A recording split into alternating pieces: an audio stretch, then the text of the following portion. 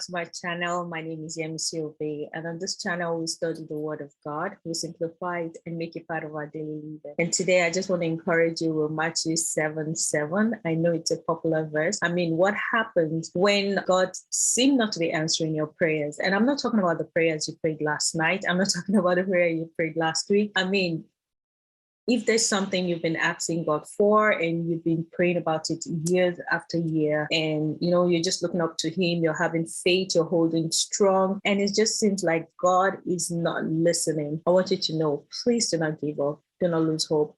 He's still the God that answers prayer. Isn't it amazing that we have a God who is not a prayer storing God, but a prayer answering God? He says, ask and it shall be given unto you. Seek and you shall find. Knock and it shall be opened unto you. Now, there is 3 stages to that particular Bible verse in Matthew. Most of the time we're always asking and we just keep asking and it almost becomes like a wish, oh, I just wish God would do this for me. I wish God would just answer this prayer. I'm hoping that He does it. But what are you doing? If you read that Bible verse, you see that there is a place for asking, there's a place for seeking, and there's a place for knocking. So what am I saying? When you've done your part asking God, for a particular thing, that you have put it in His hands. But there's also the part where God is expecting you to take an action, to make a move, to make a request, prepare for it. There's so many parts in the Bible. I love to study the prayers of the Bible. I've studied the prayers of Anna, prayer of Esther, prayer of Paul, Abraham.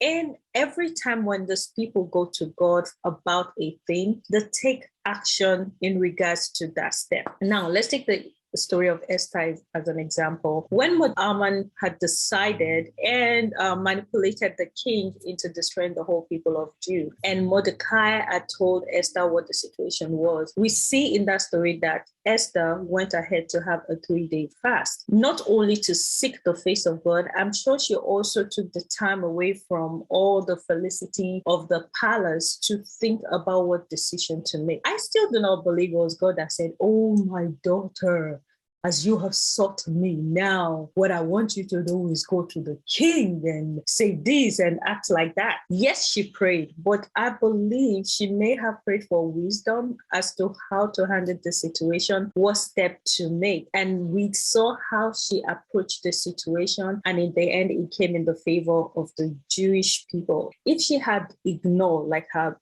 uncle said, like maybe this is the reason why God has put you in this position where maybe you are a queen for such a time as this. But know that if you ignore this moment and you decide not to do anything, God is still going to raise help from somewhere else. But she went ahead and made the decision, and not only decide, she also took a step. What you're praying about, what are the things that will show God that you are actually prepared for it?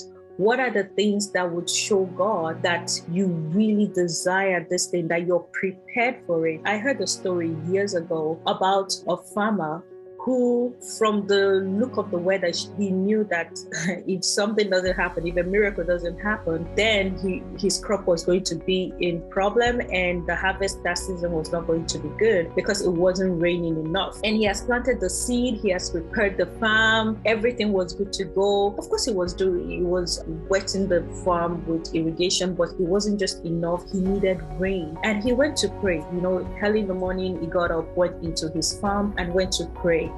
And he asked God, Lord, I need rain so that my harvest can be good. And the next day after he had prayed, he went to the farm holding an umbrella. And his son said, Dad, it's not rain in months. Why are you holding an umbrella? He said, because I trust the Lord and I'm prepared for the answers to the prayer that I prayed yesterday. Of course, God answered his prayer. It rained. There was a bountiful harvest. Everybody is happy. But I love the action of the farmer showing God that, look, as humans, we hold umbrellas when it's raining. If we're not wearing a raincoat, God, I am putting my faith into action. What step do you need to take? You need to go from just talking and deciding what are the steps that you need to push you in that direction. Do you want to have your master's? then you need to go back to school. Do you have to take some exams? Like, do you have to prepare into entering that graduate school? Do you need to change a career? Are you applying? Are you doing certifications? Are you preparing yourself? Are you speaking to people in that field to know what it requires? Are you expecting God for a child? What are you doing to prepare yourself as a mom? Like, maybe you don't have to buy the clothes for the kids already, but are you reading? Do you know what it means to prepare your body to hold pregnancy? What are the feeding for a newborn baby? How do you take care of a newborn child? Like, those are the things that show God that yes, you are prepared for it. But don't get me wrong, I'm not saying when you start taking that action, it's gonna happen right after. But remember that God's timing is still the best, and his timing is so different from ours. So 1,000 years is just like a day in the eyes of the Lord. Like, God is looking at the grand scale of things, even though we are in the moment and we just want today to be perfect. Know that God has looked down in 5 years, 10 years as to what could and could not happen, and he's just looking for the perfect moment just to make that prayer come to pass. I don't know what you're praying for. I want you to believe in the Lord Almighty, that he is able to make it come to pass according to his will and glory. So I am going to share my testimony. There is a position at my work that I've been looking to God for a very long time. I remember I used to walk down the aisle of that department and say, I trust God is going to position me in this department. I really love to work here. But while waiting, I was training in that field. I was taking certification. I was watching a lot of YouTube videos just to know what it entails to be successful in that field. And I remember a friend of mine used to make fun of me. When other opportunities came up to grow in the company,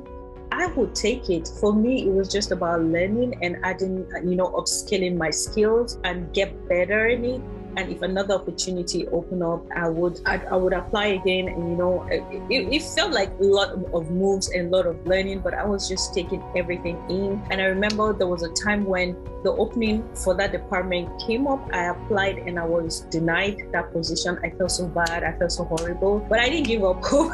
I didn't lose hope. I was still trusting the Lord. I knew that this is where I want to be, and I know God can make it happen. So I was just doing my thing. I was still investing in myself and helping the company to grow and all of that. And eventually there was a vacancy in that department again, and I applied. And it's so interesting that this time around, because I've talked about this so much, my friends, as soon as they saw the vacancy, they were like, girl, this is open again. You have to apply. You need to apply. You talk about it all the time. So I applied for the position, and after interviews and all of that, I got the job. And I'm like, when they told me that I got the job, I screamed so loud because I wasn't expecting it. Maybe because I had been heartbroken the first time. I'm like, you know what? I'm just going to try again and put my best into it. And I got the job. I was excited. I was over the moon. And it's so interesting because between when I desired the job and when I'm actually starting on the job, it's been roughly 3 years coming. To some people, that is such a long time. To me, it's such a long time. But because I was busy while doing, I was knocking, I was seeking, I was investing my time, I was developing myself, it didn't look such like a long time. And I just thank God that he made it happen in his own time, because everything just came together so quickly.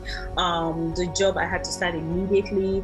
It was just amazing. And this verse kept coming back to me, Matthew 7:7. Like, when you ask God, trust me, if it's in his will for you, it is a done deal. But he would want to prepare you to get to the level when you are the perfect fit for what you're asking for, so that when it comes to you, you wouldn't mishandle it, you wouldn't lose it by not being ready or not being fit to take good care of it. So please, please, please, I know, especially if something that you've been asking him is something very heavy on your heart, it looks like I'm talking whatever, but I want you to believe. Do not lose hope. Trust in the Lord. He's faithful. He's just. I still have so many things on my prayer request. And I know that he who has begun it is able to do and perfect everything that concerns me. And that is my word to you today. So please don't lose hope. Trust in the Lord. He's faithful and he will come through for you. I hope you enjoyed this video. Do not forget to like. Do not forget to subscribe. Do not forget to share with your family and friends. And I hope to see you in the next one. Bye.